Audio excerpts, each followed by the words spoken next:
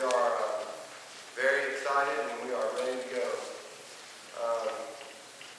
Player package information went out today, so those of you that haven't checked your emails, you will have received your player pack information. Sometimes you're going to get it 2 or 3 times. Sometimes when it comes out and I see it, I may forward it to you.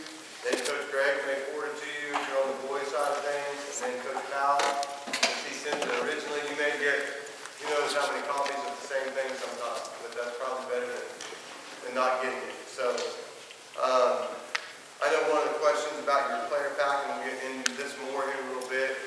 I've had 3 questions already about the shoes and then about the jersey numbers, and I'll address those.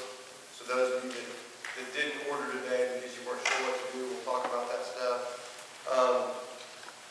One thing that I know that you're aware of, but I want to mention it because we're an Under Armour school, that we are really supposed to be wearing Under Armour stuff. And so the shoes, like Asa, he wears like a size 24 or something. And he also has ankle braces and so forth. You know, there are certain reasons that you may want to go out and try on shoes. And if that's the case, that's fine. It just needs to be a black Under Armour. And the ones that we're getting this year transition, so they're like white in the front a little, and then they transition to black. If you can get one that's similar to that, and you can find a better deal on it, or you can try it on, I'm good with all those situations. It just has to be an Under Armour shoe. And so that's our biggest deal. We'll start from the very beginning with the pages that we handed out to you. This meeting's probably going to take about 35 minutes, I'm guessing, to get through this stuff. And I'll stay as long as you want me to.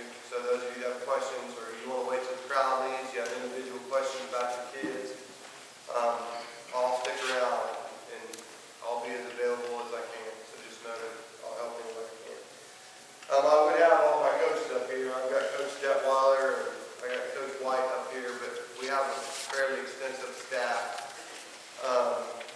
This year, Jeff Kingsley will be helping us with the boys, along with Kelly Dunnigan, who is just a basketball junkie. He eats, sleeps, and lives it. So we're going to have a really good staff this year.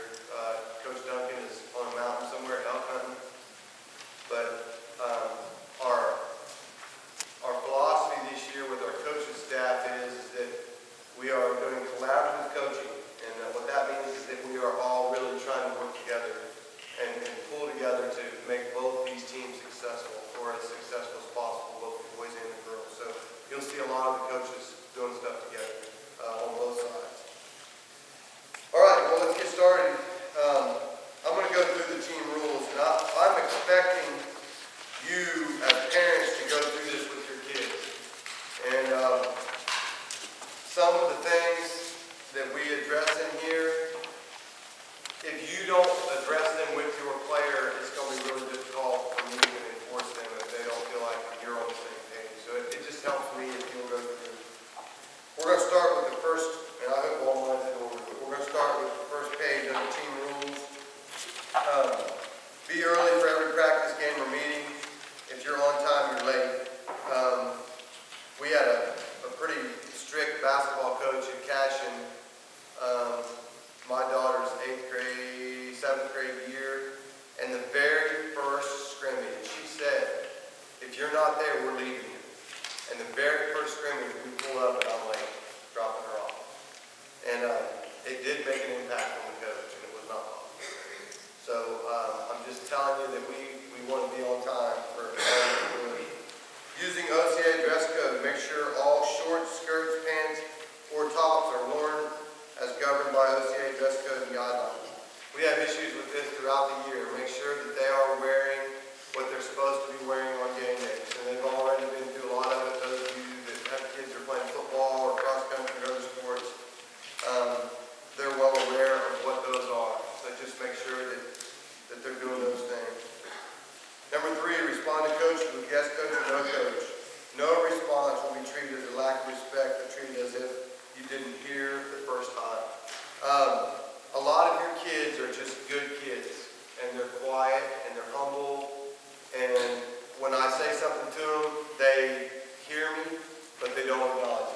just not loud or boisterous, and it's a respectful thing, but for me, it's a coaching thing. If I'm telling them something on the floor and they don't give me an eye, look back with a head nod or something, I don't know that they understood me. And then when they mess up, I can't really call them on it because all they're going to say is, hey, I didn't hear you. So I need them to respond, and they need them to get into a habit of responding. So during basketball season, you tell them to go make their bed, and they don't say, yes, ma'am, yes, sir. Let me know, and I'll run. And that way we're all on the same page. And I will say a lot of your kids do a good job of that, but I want you to know that on the court it's going to be definitely required. Please notify the coach if you are missing practice for any reason. All missed practices result in makeup conditioning. If you miss, you are falling behind. You will need to make it up somehow. If you're sick and you have the flu and you show up 2 days later, I'm not going to run you till you puke. But I am going to run you because you did miss, and it wasn't discipline. It's the fact that you went 2 days without running. And we may not run that much that day in practice, so you'll lose makeup stuff anytime you can. So don't look at it as discipline, because truly it is not discipline. We are really wanting it. And I mean, you can have a good legitimate reason. That doesn't mean you won't run. I may not run you every time. You know, you might be the kid that gets up every morning and go run on your own. You know, I'll take those things into consideration too. But just know that I need to know when they miss it. And let me know as in advance as possible. I've had many times where I've set up certain defense and offensive schemes or situations, and I've really worked all day on it, and then 2 or 3 main players don't show up for whatever reason, and it completely throws everything out. And I've spent all day working on what we're going to do and how we're going to do it. So it helps me if I know when the kids are missing. Communication is a must. If a player doesn't understand something that is going on in practice or games, please have your player ask. If the player is still not understanding after the meeting, a parent can call or email about the situation. If that doesn't resolve the question, we can have a meeting with the parent, player, and coach. If we still have no resolution, we can meet with the athletic director, coach, player, and parent. This is just a hierarchy of how I want things to happen, regardless of whether it's about something that deals with me and your player, or whether it deals with your player learning the offense, but this is the structure at which I want things to go. And so if your player is truly having an issue with something, your player needs to come and talk to the coach. I've seen several occasions where the player is somewhat struggling through, but managing. And the player and the coach are really working on that relationship, and things are actually going really well, even though the player is struggling a little. But then the parent jumps in and calls, and then the parent talks to the coach and puts their 2 cents in, and the parent never even talked to the kid. The parent was just assuming the kid was falling apart at the seams, and that's not true at all. It was really actually moving in the right direction. So that line of communication between you and your player and the coach and that whole circle needs to function through this system. Because that way, if your kid comes up and asks us, we understand there's a problem. I don't care if it's playing time or how to run box up out of bounds. Any of those things should be addressed first with the kid. If your kid is scared to address it, like shaking and can't sleep, call me. Because we'll work through that. But if your kid has the confidence to go talk to the coach, they need to start developing those relationships now. Because that's important. It's important for a lot of reasons. But one, it's important because now I know that that kid cares, and that kid has put their self on the line in front of me. That means a lot. And we can start developing a better, cohesive relationship when that happens. I really don't want to ever have to go in and sit down with Coach Powell and you. If it's come to that, that means that there's probably problems. And I'll bet you that we can resolve anything before we get to that issue. If we can't, it's probably your fault.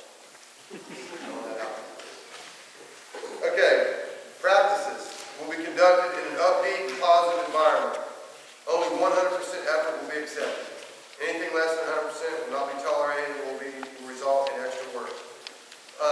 Your kid could be dead last every sprint and still give 100% effort.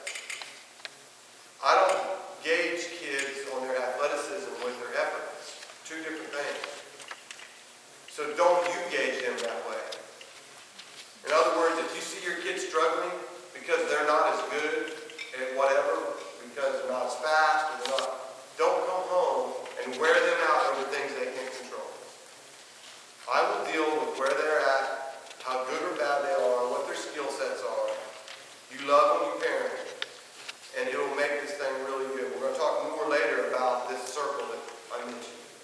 how the positive reinforcement from you means the world to them.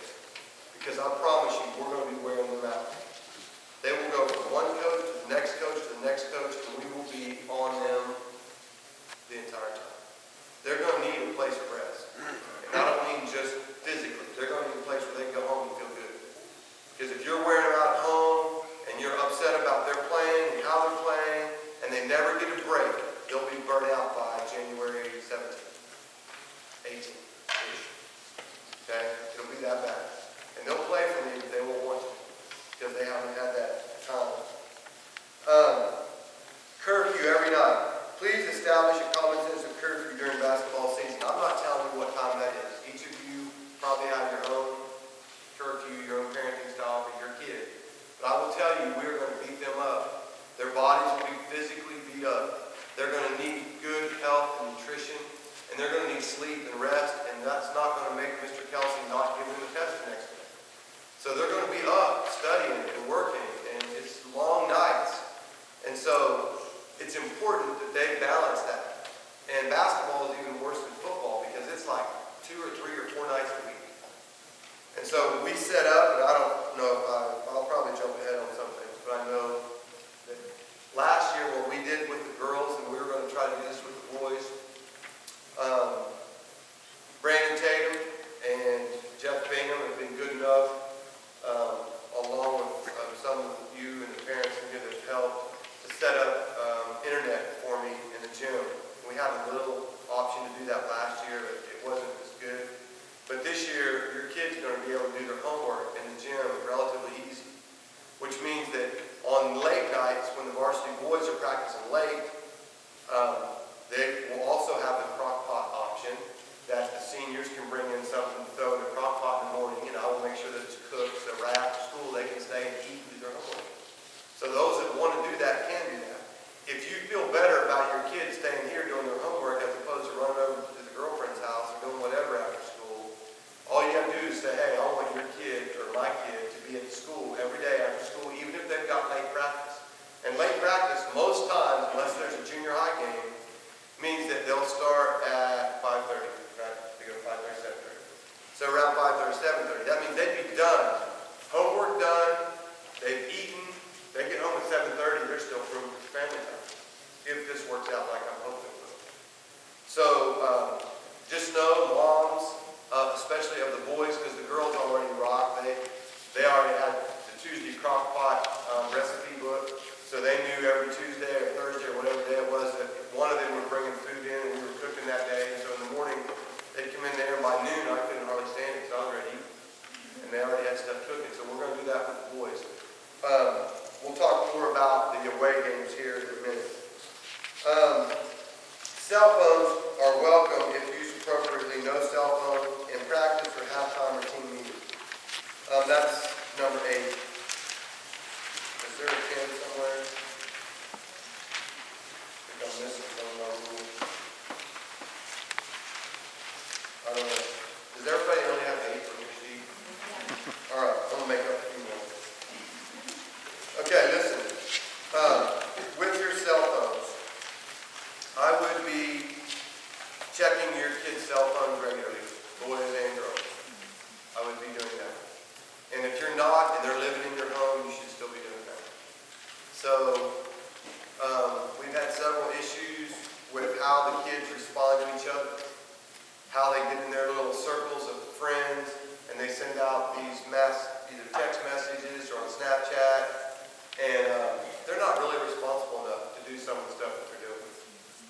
And I say that as a parent of daughters especially. And so just know that I stay on top of them. I ask them, and I don't mind looking. If you tell me, hey, will you go look at somebody's cell phone? And if you give me the passcode, I'll even do that. As long as I have your permission. Because I truly feel like that it's a beast and it's hard to control. And I know some of you do as well. And so I do not want some of those things impacting our team, boys or girls. And so I probably could have put more than just a sentence down under number 8. Could have been like a whole page.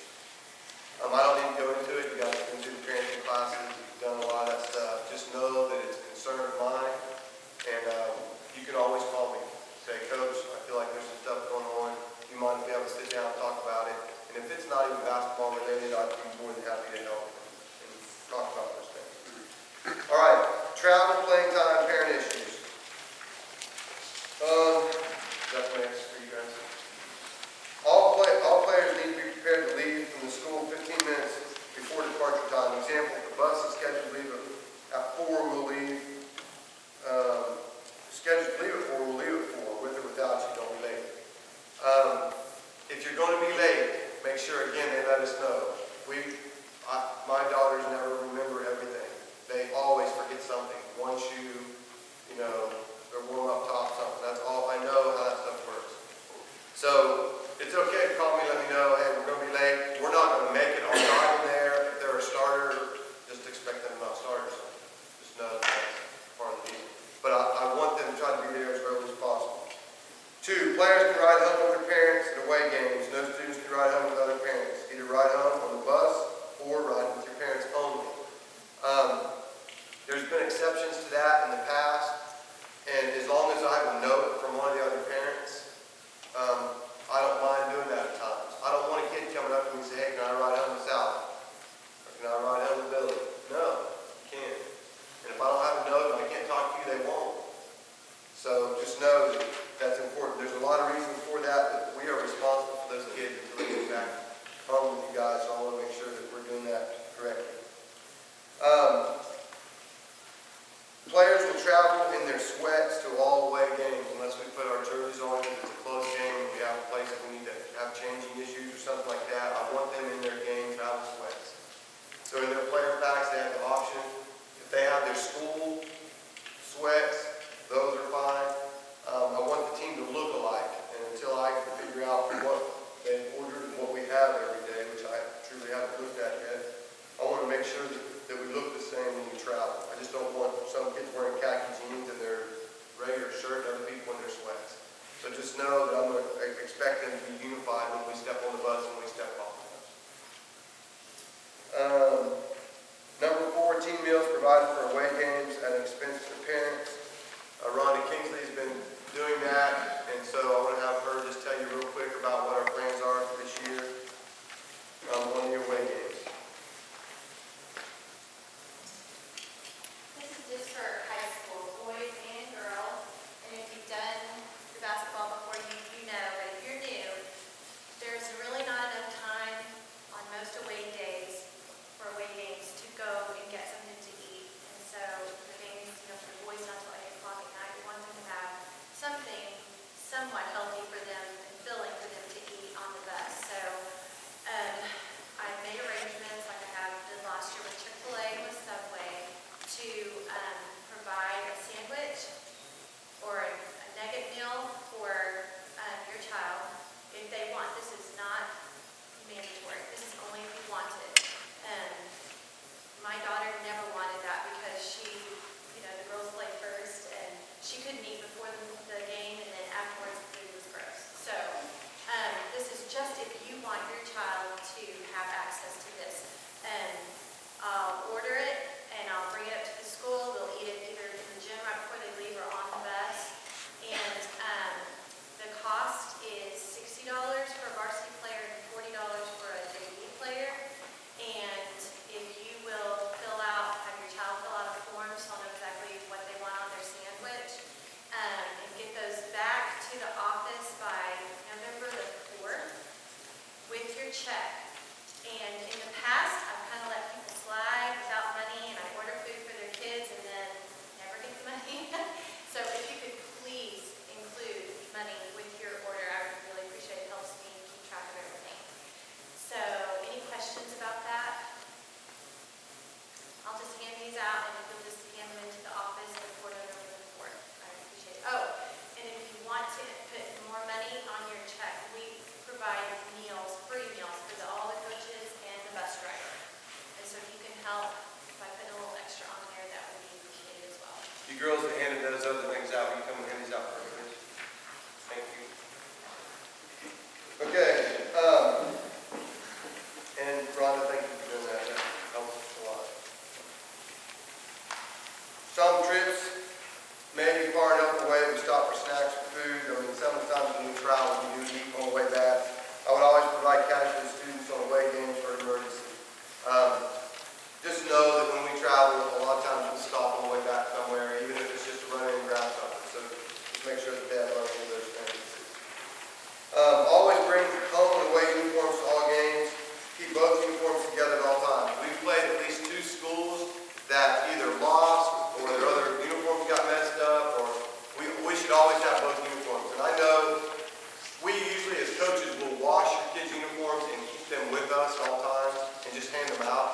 there are sometimes if we don't get them, if you're coming home from a late game and they have them in the bag, I do mention here that you make sure you read on the back if you guys happen to wash those uniforms, wash them like it says on the back of the uniform, and don't wash them with pink underwear or something, because we want to keep them looking as good for as long as we can. So just know that the uniforms need to be taken care of. Team shoes, I already mentioned that already. I don't mind you guys going to the Under Armour store or Dick's or Academy, whatever, getting those shoes. Just make sure. I will tell you that Under Armour, they are not the best top to bottom basketball shoe out there, but their top two shoes are really good. So if you go get a cheaper Under Armour shoe, and I mean like bottom tier in that $40 to $65 range, that your kids will not like them. I'm just telling you. So if you don't get the Currys or the clutch drive, I think is what next one is, what we were going to get.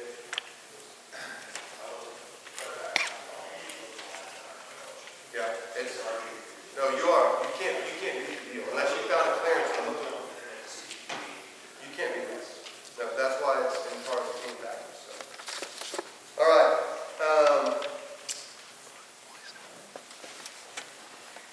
Player packs, I already mentioned the player packs. Make sure you get those ordered as soon as possible. The quicker we get those all ordered, as soon as the last kid gets it ordered, and those things all go out, that deadline hits.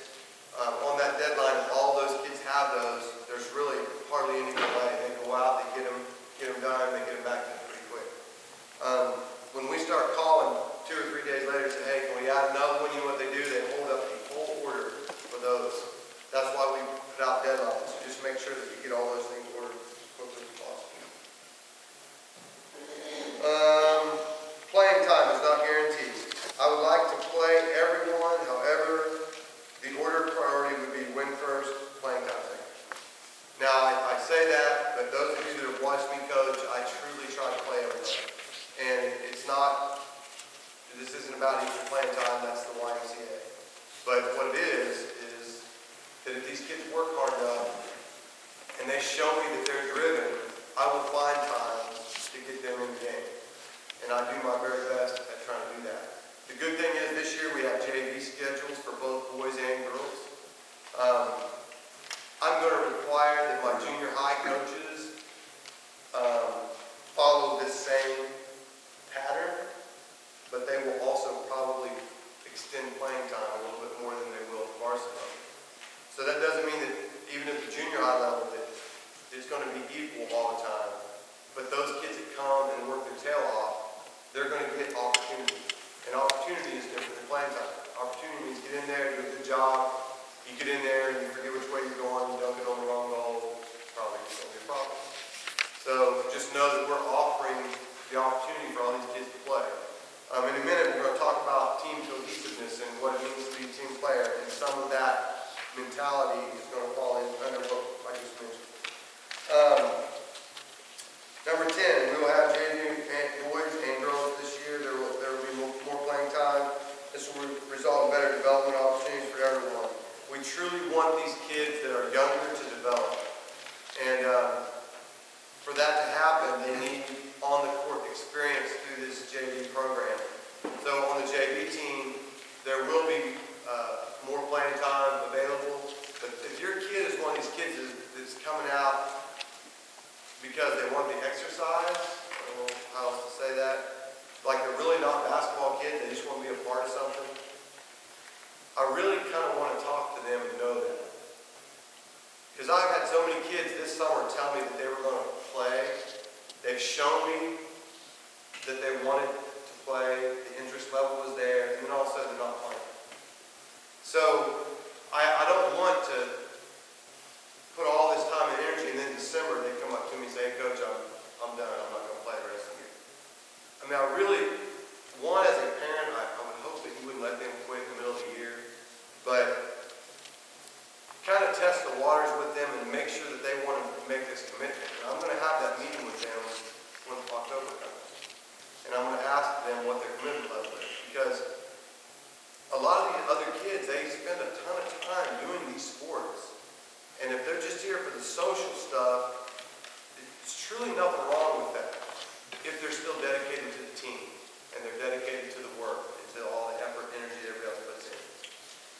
So know that that's important, and know that buying into that team part of it is important. Number 11, no excuses, no whining, no crying. You ever heard that? Anybody in here? Mo? I'm like, yes, I have heard that. We pulled that off in one of the Value Bears, one of those movies. There's no crying in basketball. I put that in there as kind of a silly thing to put in there, but I really want these kids to develop a sense of hard work and ethics that they truly are not making excuses. One of the things that I see a lot of these kids doing is when we challenge them and they are unsuccessful, they hang their heads and they give us some excuse. They don't need to hang their heads. We're not disappointed in them. When they don't accomplish a goal, we just want them to do, you know what, I'm going to do it next time, Coach. I'm going to do my best. I'm going to do it next time. That's all we need from them. They don't need to make an excuse. And so you're going to hear us say that to them a lot during practice. And I know that your kids have already responded. Those of you that have been around our programs, I've seen them respond in a really, really positive way. Because across the board, we're trying to make them do that. My parent guide. Parents, this is your guide now. We're done with the players. Parent guide. Ultimately, our ultimate goal is to take care of these young players, spiritually, physically, emotionally, and give them the guidance they need to be successful in life. Sports of all kinds can help do that if done in a way that embodies those ideals.